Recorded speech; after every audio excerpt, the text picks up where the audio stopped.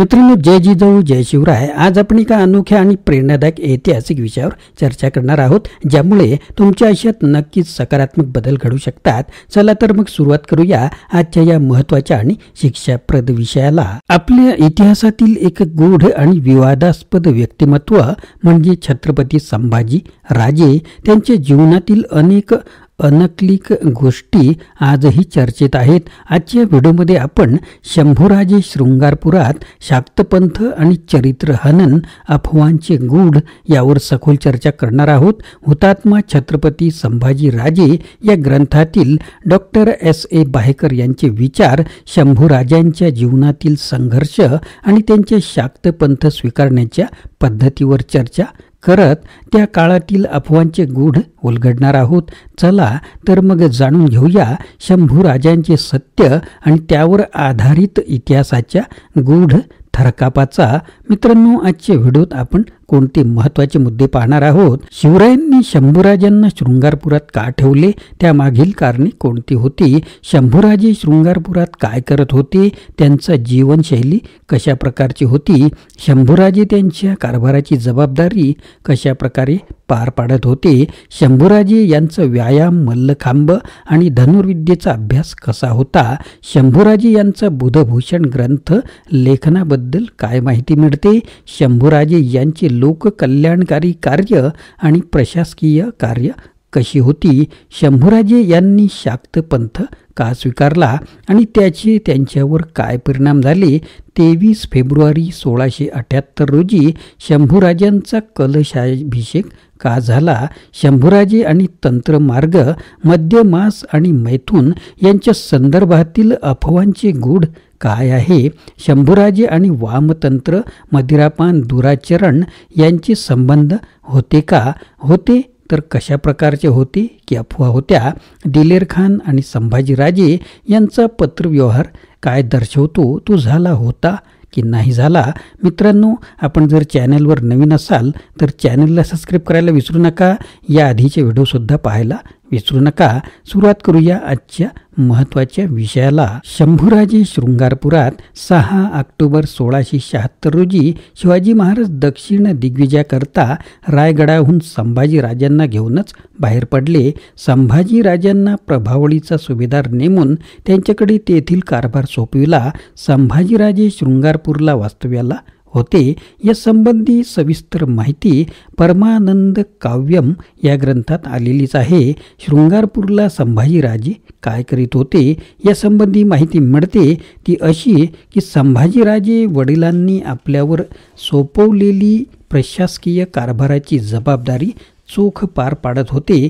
याशिवाय संभाजीराजे रोज व्यायाम करीत असत. त्यांना व्यायामाची आणि मल्लखांबाची आवड होती. रायगडावर एक लोहस्तंभ आहे, त्याला संभाजीराजांचा मल्लखांब म्हणतात. शृंगारपूरच्या या दुर्गम प्रदेशात शंभूराजांनी धनुर्विद्येचा अभ्यास केला.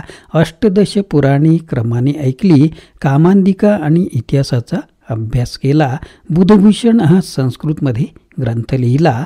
शिवाजी महाराजांच्या प्रधानाच्या कारभाराला त्रस्त झालेली प्रजा शृंगारपूरला शंभूराजांच्या आश्रयाला जात असे. त्यांना तो आश्रय देत असे. अडचणीत आलेल्या शेतकऱ्यांना आणि रयतेला करात सूट आणि अभय देत असे. एकूण शंभूराजे आपल्या लोककल्याणकारी आणि चोख प्रशासकीय कार्यामुळे रयतेत लोकप्रिय झालेले होते आणि त्या ठिकाणी शंभूराजांचा चांगला जम बसलेला होता. त्यांनी शाक्तपंथ स्वीकारला. 23 फेब्रुवारी 1678 रोजी कलशाभिषेक केला. या संबंधी परमानंद काव्यम ग्रंथात सविस्तर माहिती मिळते. संभाजीकालीन अनेक पत्रे उपलब्ध आहेत, पण त्यात या उपासनेबाबतचा आणि बंगालमधील तांत्रिक अथवा शाक्तपंथाच्या शिवयोग्याबद्दलचा काहीच उल्लेख सापडत नाही. शंभूराजांनी स्वतःला कवी कलशाच्या सहाय्याने कलशाभिषेक करून घेतला. शाक्तपंथाचा स्वीकार केला. त्यावेळी शृंगारपूर भागात शाक्तपंथाचा बराच प्रभाव होता. हे सत्य असले तरी महाराष्ट्रात शाक्ती उपासनेचा तंत्रमार्ग जगद्गुरू आद्य शंकराचार्य प्रणीत दक्षिण तंत्र होता. तर मध्य मास मैथुनादी पंच विकारांचे महात्म्य वामतंत्रात आहे, दक्षिणेत नाही.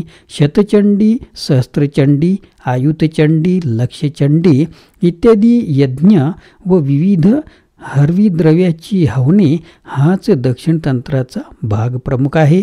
पण तंत्र शब्द ऐकताच काही विद्वानांनी तंत्रभेदाच्या अज्ञानाने तांत्रिकांच्या नादाने शंभूराजे मदिरापान आणि अन्य दुराचरणे करू लागली अशी कल्पना केली.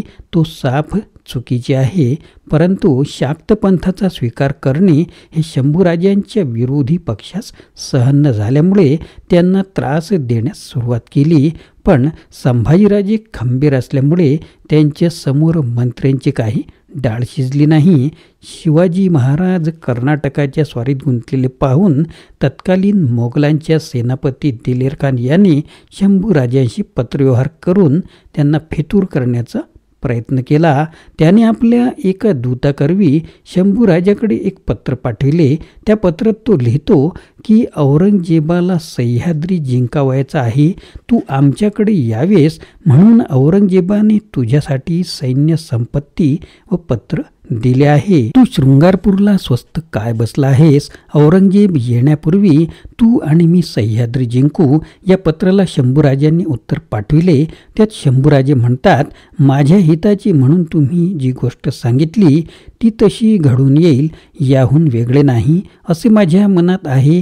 आपल्या पत्रात मला असे दिसून आले आहे की सर्वांची मने एकच असतात, पण या प्रदेशाची जबाबदारी माझ्यावर सोपून दुसरा प्रदेश जिंकण्याची अगदी बिनधास्तपणे माझे वडील निघून गेलेले आहेत.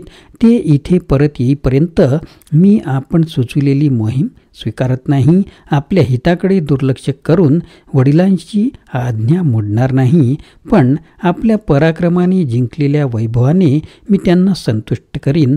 स्वतःची खरी योग्यता स्वीकारण्यात परिश्रम कसले आणि दिल्लीपती माझ्या बाजूस आल्यावर काय सांगावे, ही चांगलीच गोष्ट आहे. माझ्या बाजूचे म्हणून मला पाठविलेले पत्र माझ्या प्रेमाचे प्रतीक आहे, मैत्रीच्या बाबतीत आधार आहे. आपण आपल्या पत्रामध्ये आपला असे संबोधून स्नेह जुळविला आहे. तो स्नेह प्रत्यक्षात साकार होईल अथवा नाही याबद्दल मुळीच संशय नको. यावरील पत्रावरून स्पष्ट दिसते की शंभूराजे आपल्या वडिलांनी सोपवलेली शृंगारपूर सोभ्याची जबाबदारी सोडून ते दिलेर खानाला सामील होण्यास तयार नाहीत. तसेच त्यात स्पष्ट म्हटले आहे की मी वडिलांची आज्ञा मोडणार नाही. तसेच वडील इथे परत आल्याशिवाय मी आपण सुचविलेली मोहीम स्वीकारू शकत नाही. यावरून स्पष्ट होते की शंभूराजे वडिलांच्या आज्ञेबाहेर नव्हते. तसेच वडील परत येईपर्यंत दिलेर खानाला झुलवत ठेवण्यासाठी हा पत्रव्यवहार राजकीय डावपेच कशावरून नसेल. वडील परत येईपर्यंत मोगलांशी तडजोड करून मोगलाचे आक्रमण थोपून धरण्यासाठी शिवाजी महाराजांनीच हे गुप्त राजकारण संभाजीराजांना करण्यास सांगितले असेल. कारण शंभूराजे वडिलांच्या सहवासात राहून वडिलांचे डावपेच त्यांनी चांगलेच आत्मसात केले होते. वडिलांच्या आज्ञेवरून त्यांनी आपल्या वडिलांच्या गुप्त राजकारणाच्या अनेक भूमिका यापूर्वीच त्यांनी यशस्वीपणे वठविल्या होत्या. एकूण वडिलांच्या आज्ञेप्रमाणे त्यांच्याकडे सोपून दिलेल्या प्रदेशाचा ते चोखपणे कारभार सांभाळत होते आणि स्वराज्यांचे शत्रूपासून संरक्षण केले. तसेच आपले वडील मोहिमेवरून परत येईपर्यंत त्यांनी आपल्यावर सोपवलेली जबाबदारी चोखपणे पार पाडली. सोयराबाई आणि शंभूराजे यांच्यात तणाव होता. शंभूराजे आणि शिवाजी महाराज यांच्यात वैचारिक मतभेद असले तरी त्यांच्यात वितृष्ट नव्हते असे म्हणणे वाचून प्रत्यय नाही. अशा प्रकारचे विचार प्राध्यापक बाहेकर यांनी आपल्या संशोधनाद्वारे इथे मांडलेले आहेत.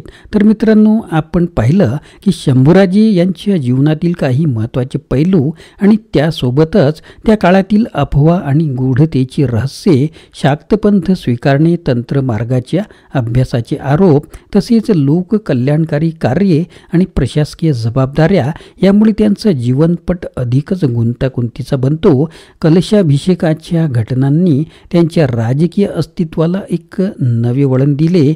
शंभूराजे यांच्या जीवनातील विविध पैलूंवर चर्चा करून आपल्याला हे लक्षात येते की इतिहास अनेक वेळा सत्यापेक्षा वेगळा दाखवला जातो. आपण या व्हिडिओमध्ये चर्चा केलेल्या सर्व मुद्द्यांवर विचार केला असता शंभूराजे हे एक कर्तबगार युवराज होते. त्यांचं जीवन अनेक विवाद आणि अफवांमध्ये अडकलं.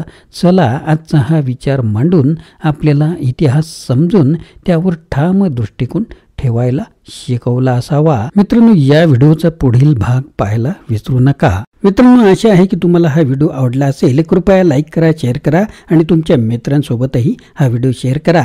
चॅनलला सबस्क्राईब करा आणि आमच्यासोबत या शिक्षणाच्या प्रवासात सामील व्हा. जय जिजाऊ, जय शिवराय, जय महाराष्ट्र. Video legal disclaimer. या व्हिडिओमध्ये व्यक्त केलेली माहिती, विचार आणि मते ही संपूर्णपणे लेखक, पुस्तक किंवा इतर संदर्भित व्यक्तींची मते आहेत आणि ती कोणत्याही प्रकारे मालक, निर्माता किंवा यूट्यूब चॅनलच्या विचारांशी संबंधित नसू शकतात. या व्हिडिओचा उद्देश केवळ शैक्षणिक आणि ऐतिहासिक माहितीपूर्ण स्वरूपाचा आहे. कोणत्याही प्रकारची चुकीची माहिती दिली असल्यास ती जबाबदारी सदर लेखकांची आहे. कोणालाही दुखवण्याचा आमचा हेतू नाही. आमचे यूट्यूब चॅनल किंवा व्हिडिओ निर्मात्यावर कोणत्याही विचारांबद्दलची कायदेशीर जबाबदारी येत नाही. पुस्तकातील विचार आणि संदर्भ यावर कोणतेही हक्क आम्ही दावा करत नाही. मित्रांनो, आपण कमेंट किंवा कोणतीही प्रक्रिया करताना याचा विचार करावा.